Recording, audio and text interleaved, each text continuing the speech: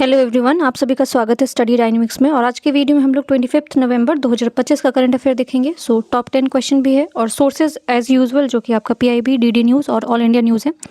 सो सबसे पहले हम लोग कोटेशन लिखते हैं, थॉट ऑफ द डे लिखते हैं। Positive attitudes bring a much gratitudes, thinks positive, be positive, speak positive, do it every day, make it a habit. ठीक है।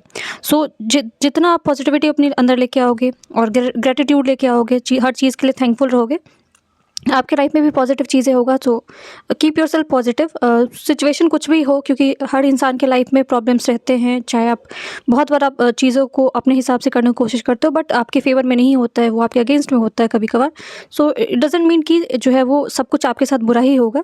सो हैव पेशेंस रखना पड़ेगा और जो आपका सिचुएशन है उसके अकॉर्डिंग आप चलो।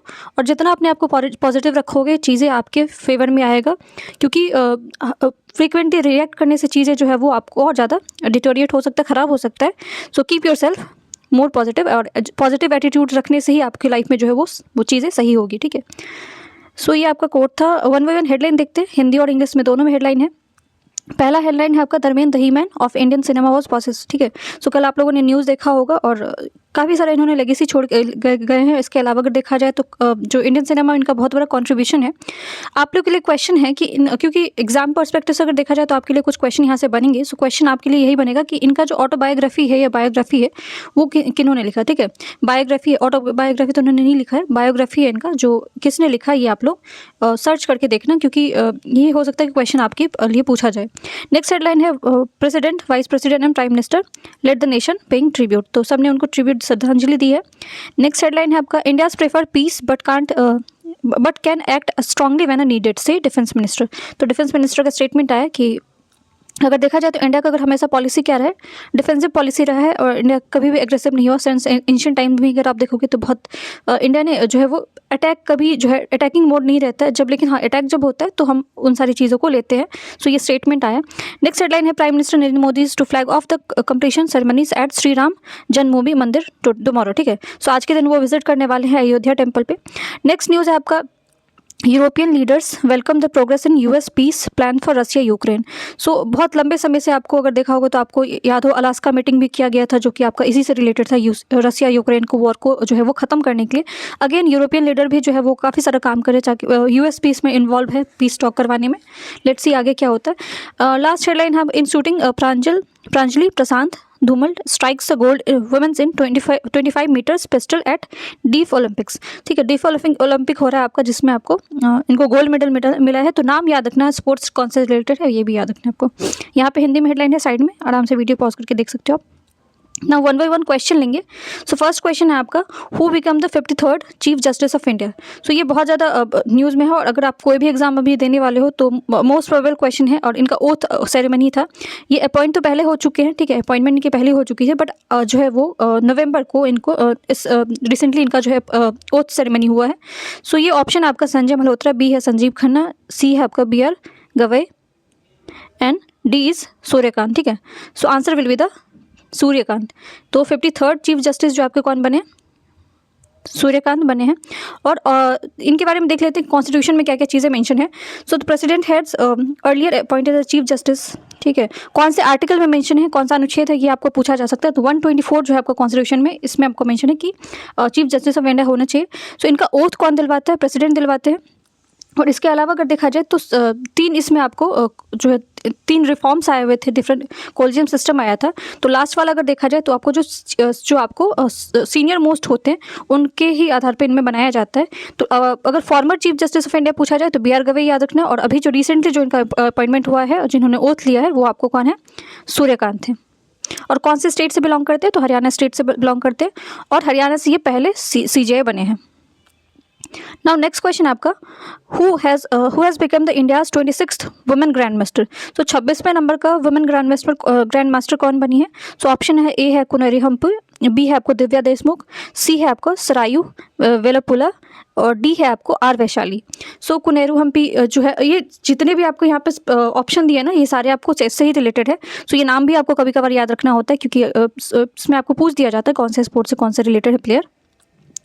सो 26वें नंबर का जो ग्रैंड मास्टर बनी है, वुमेन ग्रैंड मास्टर बनी है, कौन बनी है आपको, सरायू वेलुपुला बनी है, जो कि आपको वारंगल डिस्ट्रिक्ट से बिलोंग करती हैं। थोड़ा सा चेस के बारे में देख लेते हैं, क्योंकि 2025 का जो चेस वर्ल्ड कप है आपका वो इंडिया में ही हो रहा है। और स्टार्ट कहाँ से हुआ था आपका? गोवा से स्टार्ट हुआ था। ये पहला जो इवेंट था उसका गोवा में ही हुआ था। सो हो सकता है कि चेस से क्वेश्चन आपको पूछा जाए। सो देख लेते हैं, चेस का हिस्ट्री भी देख लेते हैं कि इतिहास देख लेते हैं। So chess originated in India around 6th century C as a game of Chaturanga, ठीक है। सो चतुरंग इसको एंशियंट टाइम में बोला जाता था और 6th सेंचुरी सी में जो है ये स्टार्ट किया गया था। इवन अगर आप लोगों ने महाभारत देखा होगा तो वहाँ पे भी इसका रेफरेंस आपको कहीं ना कहीं दिखता है। सो आपको याद रखना कि भारत में ही इसका शुरुआत हुआ था। इसके अलावा जो देखा जाए तो फिर ये बाहर आउटर वर्ल्ड में कैसे स्प्रेड होता है, तो ये spread to Persia, Arab world, eventually reaching the Europe by the 10th century. तो 10वें शताब्दी में आपको यूरोप तक जाता है ये। The game evolve into modern जो चेस गेम है वो आपको 16th सेंचुरी में आता है। International governing body FIDE sets the standard rules for the game.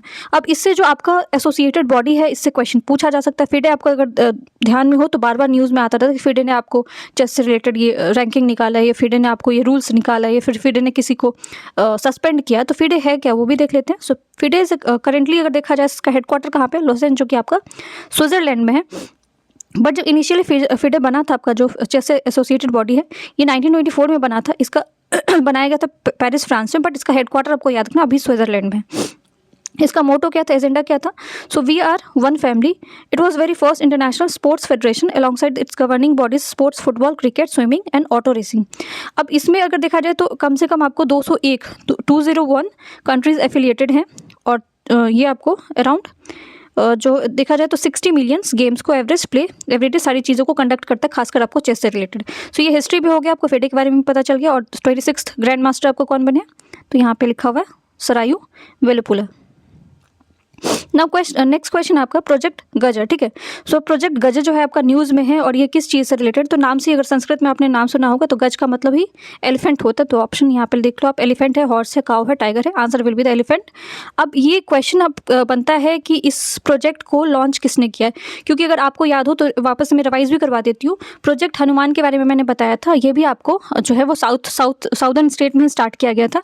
और प्रोजेक्ट हनुमान भी आपको ह्यूमन एलिफेंट जो कॉन्फ्लिक्ट बढ़ते जा रहा है उन सारी चीज़ों को टैकल करने के लिए और एलिफेंट का जो है वो उसको प्रोटेक्ट करने के लिए इन्वायरमेंट तरीके से उसको एग्जिबिट किया गया था, उसको लाया गया था। सो प्रोजेक्ट गज और प्रोजेक्ट हनुमान दोनों आपको याद रखना है, दोनों किस चीज़ से रिलेटेड है? एलिफेंट प्रोटेक्शन से रिलेटेड है। बट ये प्रोजेक्ट जो आपका गज लोक है इसको लाया कौन है? सो ये इंटेक है, ठीक है, Indian national trust for art and cultural heritage, जिसको ये लेके आया है। और ये इंटेक बना कब था? तो 1984 में बना हुआ था। और खासकर जो एलिफेंट के बारे में एग्जीबिशन भी कराया जाएगा, राउंड टेबल कराया जाएगा। और क्यों इतना ज़्यादा इंपॉर्टेंट है एलिफेंट के बारे में आपको पता भी होना चाहिए। और ये आपको क्योंकि ये PIB से लिया गया न्यूज़ है तो यहाँ पे आर्ट एंड कल्चर से आपका क्वेश्चन बनेगा। अब एलिफेंट के बारे में अगर थोड़ा बेसिक और स्टैटिक भी देख लेते हैं। 33 आपको एलिफेंट रिजर्व इन इंडिया है। इसके अलावा एलिफेंट को नेशनल हेरिटेज एनिमल भी बोला जाता है। नेशनल एनिमल तो आप लोगों को पता होगा टाइगर है, बट नेशनल हेरिटेज एनिमल अगर पूछा जाए, धरोहर के तौर पे जो है एलिफेंट को देखा जाता है, क्योंकि बहुत एंशिएंट टाइम से आपको इसका इस्तेमाल किया जाता है। इवन ट्रांसपोर्टेशन के लिए यूज़ किया जाता था, वॉरफेयर जो है प्रोटेक्टिस में यूज़ किया जाता था, तो इसीलिए काफ़ी ज़्यादा इंपॉर्टेंट है। और इसका रेफरेंस अगर देखा जाए तो आपको सिंस हड़प्पन टाइम से, हड़प्पन इवन अगर आप हड़प्पन पेंटिंग्स देखोगे या हड़प्पन सील्स देखोगे तो उस पे एलिफेंट्स के बने हुए आपको मोटिव्स मिलते हैं। इसके अलावा अजंता केव में आपको एलिफेंट्स मिलते हैं। बहुत सारे कॉइन्स है जिस पे आपको गजलक्ष्मी जो है एलिफेंट को डिपिक्ट किया गया है। सो एलिफेंट हमेशा से इंटीग्रल पार्ट है आपका जो इन्वायरमेंट का है, इसीलिए इन सारे प्रोजेक्ट को लॉन्च किया गया है। और आपको याद रखना 33 आपको टोटल टाइगर एलिफेंट रिजर्व है इंडिया में और नेशनल हेरिटेज एनिमल भी एलिफेंट को बोला जाता है। 2 प्रोजेक्ट है रिसेंटली लॉन्च है, प्रोजेक्ट हनुमान और प्रोजेक्ट गजलोक। नेक्स्ट क्वेश्चन आपका world anti microbial awareness week. So 2025 का अगर देखा जाए तो world anti microbial awareness week जो है वो स्टार्ट किया गया। ऑप्शन है आपका ए है 11 से 13 नवंबर, बी है आपको 14 से 16 नवंबर, सी है आपको 17 से 19 नवंबर and D is 18 to 24 November. So answer will be the world anti microbial awareness week जो है आपको, जिसको शॉर्ट में बोला जाता है वॉर, ठीक है, WAAW is a global health event focused on preventing the emergence and spread of antibiotic resistance and promoting the best practice among the general publics, health workers and policy making by raising the awareness of the issues worldwide। तो antimicrobial चीज़ों के वजह से जो आपको बीमारियां फैल रही है, फिर इसके बारे में भी देखते हैं कि एंटीमाइक्रोबियल आपको क्या होता है। सो इन सारी चीज़ों को लेकर अवेयरनेस लोगों के बीच में जागरूकता फैलाने के लिए जो है आपको वीक सेलिब्रेट किया गया था। कब से कब था? 18 से लेकर 24 नवंबर के बीच में था। अब ये देखते हैं इसमें क्या क्या चीज़ें हैं। इसका थीम आपको पूछा जा सकता है, तो थीम आपका क्या है, act now protect our present secure our future, ये इसका थीम था 2025 का। और एंटी माइक्रोवियल जो है वो चीज़ें क्या होती है वो भी देख लेते हैं। So anti microbial resistance occurs when a bacteria, virus, fungi and parasites become a resistant to drugs design to kill them. The result is a infection that's longer is spread more easily and becomes harder or even impossible to treat. अब देखोगे बहुत सारी बीमारियाँ ऐसी होती है जो कि आपको बैक्टीरिया, वायरस, फंगी की वजह से होता है, बट एक टाइम के बाद देखोगे कि आप अगर कोई मेडिसिन ले रहे हो तो उसका कोई इम्पैक्ट आपके शरीर पर नहीं पड़ता है। या फिर आप देखोगे कि आप अगर फ्रिक्वेंटली अगर आप एंटीबायोटिक दवाई ले रहे हो तो उसके बाद देखोगे कि आपको या तो फीवर हो रहा है या फिर आपको वायरल हो रहा है, तो वो दवाई अगर दोबारा से आप लेते हो तो आप उससे ठीक नहीं, क्योर नहीं हो पाते हो। वो इसलिए नहीं हो पाते हो क्योंकि जो बैक्टीरिया है उसके खिलाफ जो है वो अपना खुद का इम्यूनिटी डेवलप कर लेता है और वो उससे ज़्यादा क्या हो जाता है, शक्तिशाली हो जाता है। तो ये काफ़ी खतरनाक चीज़ है। अगर देखा जाए तो रिसेंटली इसका बहुत सारा केसेस आ रहा है और ये जो है ह्यूमन सोसाइटी के लिए अच्छी बात नहीं, क्योंकि अगर कोविड में भी आपने देखा होगा तो डिफरेंट वेरिएंट्स आए थे, क्योंकि उसमें भी क्या किया था, वायरस ने अपना डिफरेंट जो है वो सेल्स तैयार करना शुरू कर दिया था। तो एंटी माइक्रोवियल जो रेसिस्टेंस है वो भी आपको जो खासकर अभी देखा जाए तो हेल्थ सेक्टर के लिए काफ़ी बड़ा चैलेंज भी है और इसको लेकर अभी जो बहुत सारे रिसर्च भी चल रहे हैं। ठीक है, सो ये जो आपका सेलिब्रेशन जो उसको वीक्स जो सेलिब्रेट किया गया किसके द्वारा किया गया, तो WHO के द्वारा किया गया, बस ये याद रखना है आपको। नाउ नेक्स्ट क्वेश्चन आपका, new member of Colombo security conclave 2025। So Colombo security conclave 2025 का आपका हो रहा है और ये कहाँ पे हो रहा है, न्यू दिल्ली में हो रहा है और 7th नंबर का एडिशन है। और इसको मैंने पहले भी न्यूज़ में कवर करवाया था, वापस से करवा दी क्योंकि इसमें नया मेंबर ऐड हुआ है। ठीक है, सो ऑप्शन है आपका Bangladesh, Malaysia, Mauritius, Seychelles.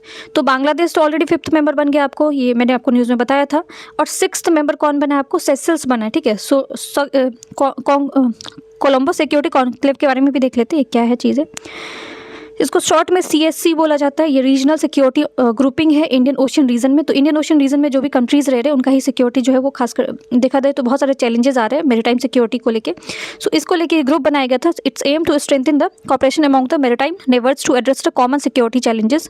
Current member इसमें कौन कौन है आपको, इंडिया है, श्रीलंका है, मालदीव्स है, मॉरिशस है, बांग्लादेश है और सेशल्स जो है वो 6 नंबर का जो बन गया। ठीक है, सो 2025 में आपको 2 मेंबर इसमें ऐड हुए। पहले आपको इंडिया, श्रीलंका, मालदीव और मॉरिशस था बस। ठीक है, बट बांग्लादेश और सेशल्स भी इसका न्यू मेंबर इसी साल बना है। इसका बनाने का जो पर्पस है, it's bring the together national security advisor for the coordinated action on a regional security. तो भारत की तरफ से अगर देखा जाए तो इसमें रिप्रेजेंटेशन किसने किया था, तो नेशनल सिक्योरिटी एडवाइजर हैं जो कि आपके अजय डोवाल है, उन्होंने रिप्रेजेंट किया था। अब इसका थोड़ा हिस्ट्री भी देख लेते कब बना था, क्यों बना हुआ था। तो 2011 में जो है आपको ये बनाया गया था कोलंबो सिक्योरिटी कॉन्क्लेव। इसको 2011 में बनाया गया था। उसके बाद meeting paused after 2014 due to the regional political tension. तो 2014 में आपको बहुत सारे जो है वो जो मेंबर कंट्री उनके बीच में काफ़ी कॉन्फ्लिक्ट थे, तो मीटिंग्स रुक गए थे। बट 2020 में जो कोविड का टाइम था उसके बाद वापस रिवाइव किया गया, रीनेम्ड कर दिया गया इसको कोलंबो सिक्योरिटी कॉन्क्लेव करके। और मॉरिशस ने इसको 2022 में ज्वाइन किया है और बांग्लादेश ने 2024 में ज्वाइन किया है और सेशल्स 2025 में ज्वाइन किया, 6th मेंबर बनता है। और इसका अगर देखा जाए तो सेक्रेटरीट कहाँ पे, कोलंबो, जो कि आपका श्रीलंका में। नेक्स्ट क्वेश्चन आपको, मथुरा जरी पोशाक एंड ब्यूगल। ठीक है, ब्यूगल है जो कि इसको GI टैग दिया गया, कौन से स्टेट से है। ठीक है, उड़ीसा है, मध्य प्रदेश है, उत्तर प्रदेश है, केरला है। तो नाम से ही लग रहा है मथुरा जब है तो आप समझ जाओगे उत्तर प्रदेश का GI टैग दिया गया।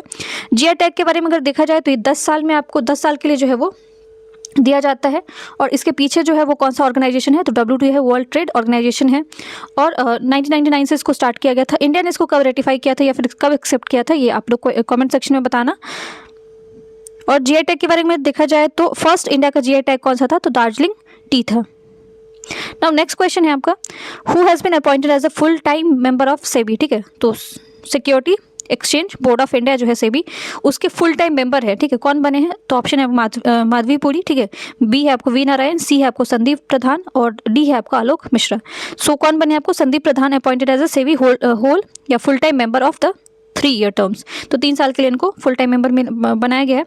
सेबी के बारे में अगर देखा जाए तो ये आपको 80s में आया था, खासकर जब आपको LPG जो रिफॉर्म्स आए हुए थे ग्लोबलाइजेशन को लेके, उस टाइम पे इसको बनाया गया था। बट एक्ट आपको याद रखना कौन सा एक्ट था, तो 1992 का एक्ट है, सेबी एक्ट है, जिसके तहत इसको बनाया गया था। हेडक्वार्टर, इसको बहुत बार कन्फ्यूजन हो जाता है कि हेडक्वार्टर आपका न्यू दिल्ली में होगा, बट इसका हेडक्वार्टर न्यू दिल्ली में नहीं है, कहाँ पे, मुंबई में है।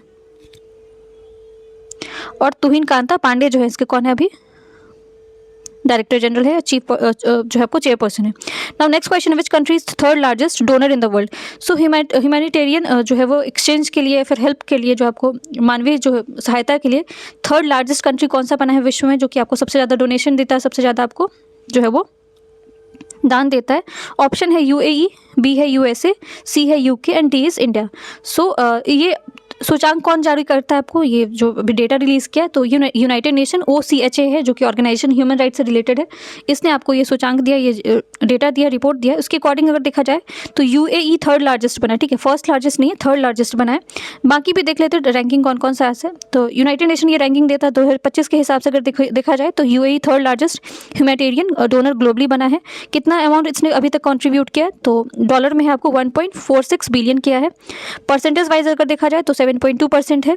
टॉप 3 कंट्री आपको 2025 का याद करना है, जो कि सबसे ज़्यादा आपको डोनेशन देता है। तो पहला आपका यूएसए है, सुपर पावर जिसको माना जाता है। सेकंड पे आपको यूरोपियन यूनियन है, ठीक है, कंट्री नहीं, यहाँ पे पूरा कॉन्टिनेंट के हिसाब से दिया है, इसमें यूरोपियन यूनियन के अंदर 27 कंट्री आते हैं, ठीक है। And third is UAE. Next question आपका, which country become the first country to deploys WiFi 7 technology. So WiFi 7 technology बहुत ज़्यादा न्यूज़ है, साइंस एंड टेक के लिए बहुत इंपॉर्टेंट है। आपको वाईफाई 7 टेक्नोलॉजी आपको बहुत ज़्यादा डिटेल में आपको पता भी होना चाहिए क्या है। दूसरा, इसको अपने एयरपोर्ट पे सबसे पहला कंट्री कौन सा बन गया जो कि इसको डिप्लॉय किया है। ऑप्शन है कुवैत, बी है ईरान, सी है ओमान, डी है आपको Saudi Arab. So answer will be the Oman. Oman ऐसा कंट्री है जिसको मिडिल ईस्ट कंट्री है और इसने इसको सबसे पहला जो वाईफाई 7 टेक्नोलॉजी को डिप्लॉय किया है अपने एयरपोर्ट पे। ओमान के बारे में देख लेते हैं, इसका कैपिटल क्या है, मस्कट है। करेंसी कौन से, ओमानी रियाल है। पॉपुलेशन अगर यहाँ पे देखा जाए तो कितना आपको 52.8 लाख है। ऑफिशियल लैंग्वेज यहाँ पे क्या, अरेबिया इसका ऑफिशियल लैंग्वेज है। नाउ जो क्योंकि यहाँ पे वाईफाई 7 टेक्नोलॉजी है, इसको भी देख लेते हैं। तो वाईफाई 7 टेक्नोलॉजी को इसको शॉर्ट में IEEE भी बोला जाता है, 802 बोला जाता है। तो अब ये आपको वाईफाई 7 टेक्नोलॉजी नहीं पूछा जाएगा, ये तो ये पूछा जाएगा IEEE 802 क्या है, ठीक है। तो ये इसको इज द लेटेस्ट टेक्नोलॉजी है वाईफाई स्टैंडर्ड का, deliver significantly faster speeds, lower latency and increase the reliability compare to the previous version. So previous version जो वाईफाई 6 है उससे ज़्यादा आपको क्या है, ये ज़्यादा स्पीड में काम करता है। लोअर लेटेंसी मतलब इसमें आपको ज़्यादा डेटा जो है वो ज़्यादा वेस्ट नहीं होता है। इंक्रीज द रिलायबिलिटी, आपका रिलाइव कर सकते हो उस पर। इसमें नया नया फीचर क्या क्या ऐड हुआ है, जैसे कि 320 मेगाहर्ट्ज चैनल्स है, इसमें 4096 QAM है, मॉड्यूलेशन है। तो इतना डिटेल में नहीं जाना आपको, बस मल्टी लिंक ऑपरेशन MLO इसी से रिलेटेड है। मल्टी फ्रिक्वेंसी ब्रांड है इसके अलावा अगर देखा जाए तो स्पीड और ये सब अच्छा परफॉर्म करता है। और हाई परफॉर्मेंस गेमिंग के लिए भी इसका इस्तेमाल किया जा सकता है, या फिर ऑग्यूमेंटेड वर्चुअल रियलिटी जो होता है स्ट्रीमिंग के लिए इसका इस्तेमाल किया जा सकता है। तो ये बस ये याद रखना आपको, शॉर्ट में आपको ये पूछा जा सकता है IEEE 802 किस चीज़ से रिलेटेड है। नाउ क्योंकि मैंने बोला था कि एक्स्ट्रा न्यूज़ भी इसमें मैं लूँगी जो कि आपका मिस ना, आपको कहीं और से ना देखना पड़े। सो एक्स्ट्रा न्यूज़ में आपका क्या है, ये national tribute to general Lachit Borphukan Lachit Divas पे सेलिब्रेट किया गया आपका। और लचित दिवस जो है आपका कब सेलिब्रेट किया, 24 नवंबर को सेलिब्रेट किया गया है। और लचित बोरफुकन अगर देखा जाए तो हिस्ट्री और कल्चरल पॉइंट ऑफ व्यू से बहुत इंपॉर्टेंट है। अहोम के बारे में आपने सुना होगा, क्योंकि 2024 में आपने देखा था कि मोइडम जो है आपका, जो कि कहाँ पे, असम में है, इसको यूनेस्को हेरिटेज साइट का दर्जा दिया गया था। तो वहाँ से बहुत सारा इसमें न्यूज़ बनते जा रहे हैं वहाँ से चीज़ें, तो आपको पता होना चाहिए। लचित दिवस याद रखना है। और दूसरा आपको लचित बोरफुकन जो है, जो कि आपको कहाँ से, असम से बिलोंग करते हैं। और ये आपको जनरल थे जो कि होम डायनेस्टी को इन्होंने प्रोटेक्ट किया था।